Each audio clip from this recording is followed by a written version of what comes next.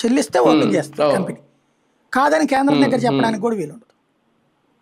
కేంద్రానికి కట్టమంటారు ఇన్సూరెన్స్ కంపెనీలు. ఇప్పుడు రాష్ట్ర ప్రభుత్వం అర్జెంటుగా చేయాల్సిన పని ఇన్సూరెన్స్ కంపెనీలు ఎందుకు బ్లాక్ చేసినాయి, ఎందుకు ఓపెన్ చేయట్లేదు అది చూడాలి. దాంతోపాటు ప్రతి ఒక్క రైతుతో ఇన్సూరెన్స్ కట్టించడమా లేదా రైతుల తరపున ప్రభుత్వం కట్టడమా అది తేల్చుకోవాలి. ఎందుకంటే ఇప్పుడు భారీగా ప్రకృతి వైపరీత్యాల సంక్షోభం ఉంది. ఈ ఏడాది వాతావరణ కండిషన్స్లో కూడా చాలా మార్పులు ఉంటాయి అన్నటువంటిది పరిశోధకులు చెప్తున్నది. ఈవెన్ నా జాతక ప్రభావాలు కూడా అట్లాగే ఉన్నాయి. ప్రపంచవ్యాప్తంగానే దరిద్రం ఉంది ఈ ఏడాది అంతా కూడా, అక్టోబర్ దాకా. కాబట్టి రైతులకు చాలా కష్టాలు ఉంటాయి.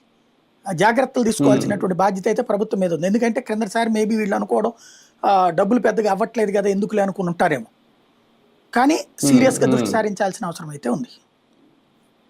రైతులకైతే నష్టమే, ఒకవేళ చెల్లించకపోతే మాత్రం భారీగా నష్టం, అందులో డౌట్ లేదు. ఇప్పటికే ఎరువుల కోసం బారులు తీరాల్సి వస్తుంది, గిట్టుబాటు ధరలు రాక ఇబ్బంది పడుతున్నారు.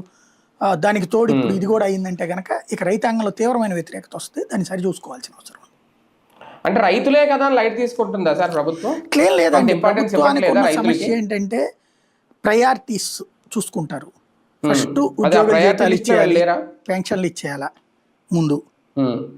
తర్వాత వీళ్ళ ప్రయారిటీతో సంబంధం లేకపోయినా డైరెక్ట్గా రిజర్వ్ బ్యాంకే వీళ్ళు కట్టాల్సిన అప్పు, అది చంద్రబాబు టైంలో 15 ఏళ్ల పాటు అప్పులు తీసుకున్నాడు. వీళ్ళు జ్యోతులు రాసిన దిక్కుమాల నాటకము జగన్ వచ్చినప్పుడు తీసుకుని 15 ఏళ్ళు తీర్చాలని. మరి చంద్రబాబు 3 ఏళ్లలో తీరుతాడా?